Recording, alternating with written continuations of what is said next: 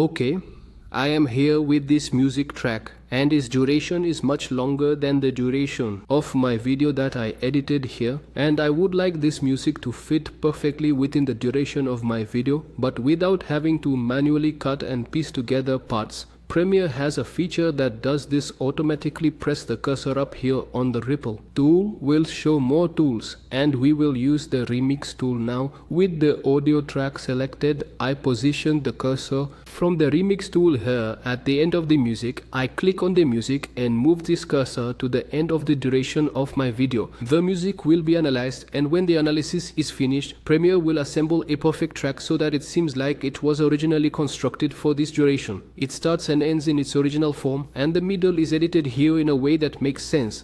For more tips like this, leave your like, subscribe to the channel, activate the bell, and I hope to see you in the next one. Thanks, take care, and see you soon.